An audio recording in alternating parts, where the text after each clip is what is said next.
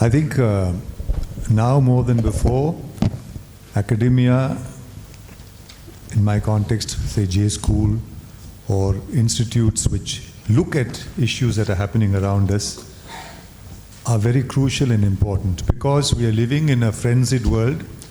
We're living in a breathless media ecology where we're thinking on our feet more than looking at things with some reflection.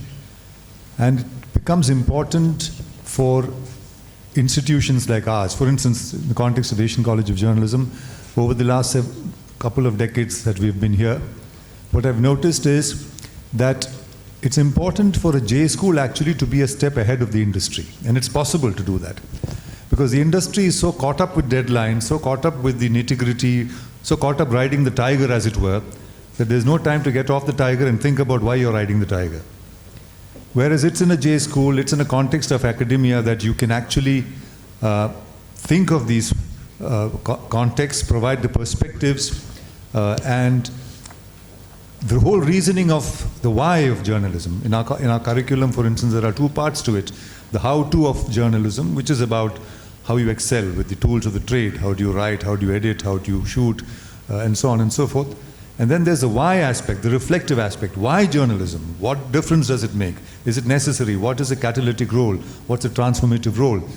And these, I think, are hugely, even from the feedback we get from students, they are able to make a mark or strike out in a different direction because they bring their experiences in the media, the live media, the lived media, to the touchstone of this theory, the perspectives, the contexts that are set in academia. And I believe this would be true of most disciplines, particularly disciplines which have an organic role in society.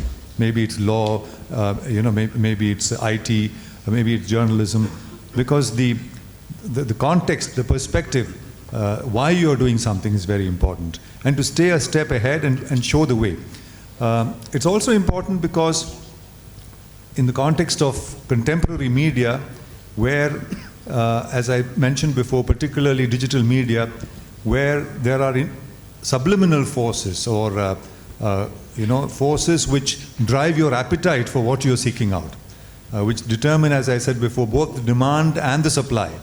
They determine why you are seeking out something. That's because they have harvested your information. One of the problems, as you know today, is the privacy of the individual. Your information is laid out there every time you use your credit card or every time you use a identity card. And in that context, and this is done in order to make it monetize it, by those who are running industries on that basis. And therefore, it becomes all the more important for us to spot these, to identify these problem areas, to apply the filters that are required against hate speech, for instance, against misinformation, disinformation. There are now, of course, specialized portals which look at whose only job is verification. Imagine, the credibility of journalism is such a low ebb that you need specialized portals which need to verify whether journals, which pass their gateway of editorial, etc., are actually putting out anything which has a semblance of truth, or setting the agenda, or being the cat's paw of a government or a corporate or some vested interest. So in all of these contexts, I think academia have become very, very important, and they play a very, I think, it's not a regulatory role, they play a very qualifying role, they play a very refining role in terms of best practices in the profession.